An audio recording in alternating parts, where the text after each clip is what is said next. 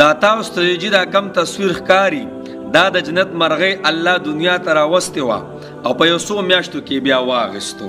د ده نوم دی معز او دا 15 کاله پس الله جل شانو د یو مور غیږ په ډکه کړې وه او د څلورو خویندو د پاسه دا بچنګي الله جل شانو دنیا ته رالیږلی خو د الله عجیبه فیصلې دي. بیا یې واغستو، یو بیماري شانتې ولګېده، یو د زړه سوراخ وغیره یو اسباب الله جل شانو راوستل او دی بیا د مور د غیږ نه چوت کو او جنت ته ورسو. نو جناب دې باره کې زه ویډیو کوم چې د دې کومه مور ده او کم کور والی دي ډېر ورته خوشحاله وجي ولې 15 کاله پس الله جل شانو دغه کور کې د ځوان اواز کړو او دغه مور غیږه چې لوریانې زیږولې وي دغه مور غیږې له الله جل شانو یو ځوان ورکړو. خو چونکې الله ته چوت کو نو هغوی ډېر خفګان او خاص کر مور ډېره په زړه باندې سورې شوې وه. نو آیا په دې غمونو باندې الله جل شانو موږ له څه راکوي؟ آیا دا حالات چې په موږ باندې راځي نو دې څه اجر شته او که نه؟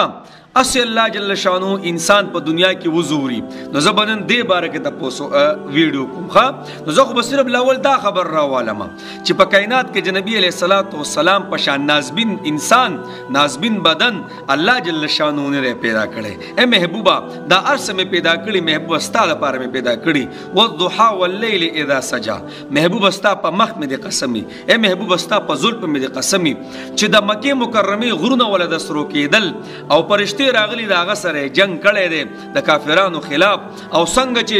ما او تا یو بل ته ګورو داسې د الله جل شانو دیدار یې کړی او ډېر عجیبه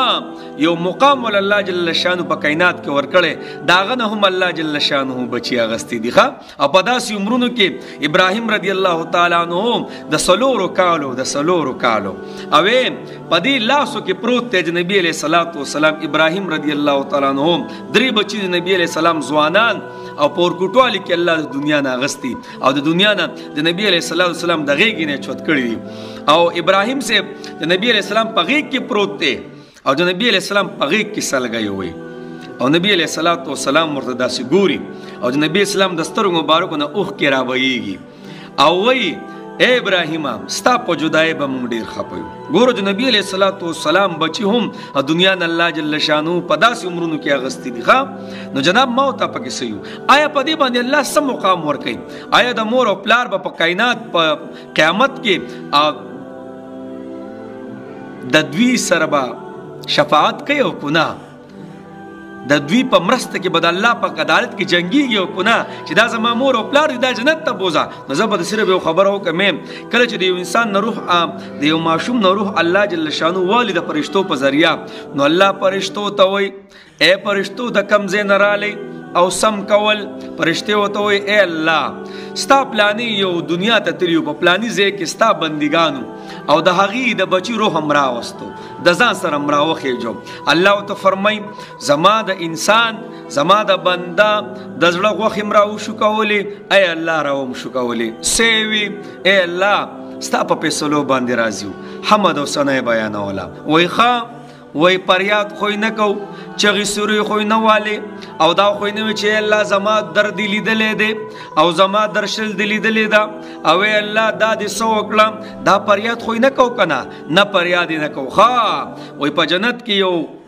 یو محل ساس کوي او بیت الحمد نوم ورله هغه کې دی د دوی په بدله کې ما دوی له دا جنتونه ورکړل ښه. نو غرض دا خبره چې په ما او تا راځي که نه دا بچي به زما او ستا پر بیا شفاعت کوي. وایي نیک انسان هغه دی چې په ورکوټوالي کې د بچي دنیا نه لاړ شي وفات شي دا به بیا شفاعت کوي قیامت کې. یو وړه شانتې واقعه ته رالم او چونکې ویډیو اوږدېږي امام مالک بجنار رحمت الله علیه یو بزرګ تېر شوی دی دی له اوله کې ډېر شرابي و ډېر شراب به څکل د وی زما یو وا د هغې سره مې ډېر مینه محبت کو او کله چې ما د شرابو هغه بوتل لا واغېستو او جام چې مې راواغېست کو به مې نو زما دا لور به دا په لاس پې وبو او ټول شراب به زما په کپړو باندې پرېوتل خو دومره محبت به مې ورسره کوو چې د محبت د وجې نه به هغې ته ما څه نه وي. بهر کې هغه زما نه وفات شوه لاړه هغه الله جل شانو ما نه واخېستله او چې کله وفات شوه نو زه ډېر غمجن وم په هغې کې او زه اوده شوم په داسې حالت کې ما خوب ولیدو په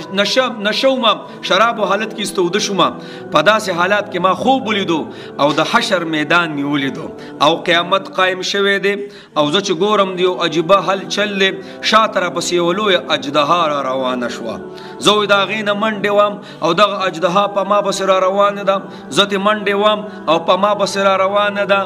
نو یو مخې له یو ښایسته یو سپین ږیری رالی خو ډېر کمزوری و جي ډېر کمزوری و ما ورته وی بابا د دې اژدها نه مې بچ کا بابا وی ما کې دومره طاقت او قوت نشته چې تاسو د دې اژدها نه بچ کم خو داسې چل وکړه چې په پلاني ځای کې د مسلمانانو سامانتونه دي هلته لاړ شه شاید چې هغه تا د دې اژدها نه بچ کړي وایي زه په منډه منډه روان په منډه منډه روان ان قریب چې زه دې اژدها غورځولی وی د جهنم دغه سور اور ته غورځولی وی خو اکدم یو آواز وشو او وی شابه راوځئ زر کوئ شابه شابه ماشومانانو واړه واړه ماشومانانو او ټول راووتل و چې ما وکتل اقه زما هغه لور کم چې په ورکوټوالي کې زمانه وفات شوی وه او چې هغه کله زه ولیدم هله دا خو زما پلار دی او زما په غېږ کې اکدم کېناسته او دا خپل ښی لاسې هغه اژدها سیټ ته کو هغه اژدها په شا باندې وتښتېده او څه وکړو او دا زما لور زما په غېږ کې کېناسته او زما په دې ږیره باندې دا لاسونه داسې مږي ما ورته وویل زویه ته دلته څه کوې بچیا دلته ته څه راغلې او دلته څه کوې او دا اژدها سوا او هغه سپین ږیری چې ما سره میلاو شو دا څوک نو دا لور راته وایي بابا جانه وایي دا چې کوم اژدها تا پسې درپسې شوې وه دا وایي ستا ګناهونه او ان قریب چې ته جهنم ته غورځولی وي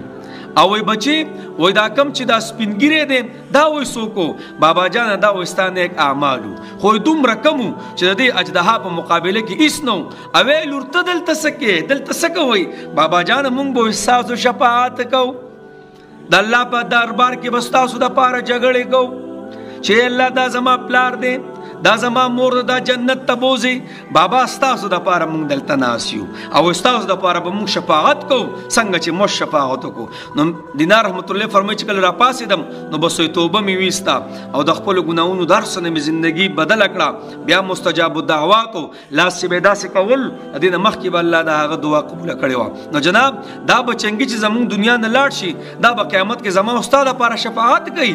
دا به زما او ستا دپاره شفاعت کوي زما او ستا دپاره به د الله په عدالت کې جنګېږي چې دا زما پلار دی دا زما مور ده ای الله ته وله جنتونه ورکړې خو په شرط د دې چې خفګان به کېږي اوښکې به تویېږي خو فریادونه به نه کوم سرونه به نه وو دا ګورې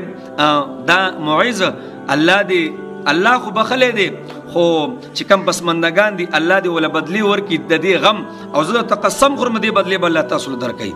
او که په هره طریقې دنیا کې هم الله درکوي په آخرت کې هم تاسو له الله جل شانو درکوي او دې بدلې به ډېر زر الله درکوي نو څومره فودیان چې داسې ماشومانانو شوي دي نو مهرباني وکړئ هغوی خفګان مه کوئ زما او ستا دپاره به قیامت کې دا شفاعت کوي زما او ستا دپاره به جنګېږي او باقاعده دوی شفاعت ګورې منظوری شوی دی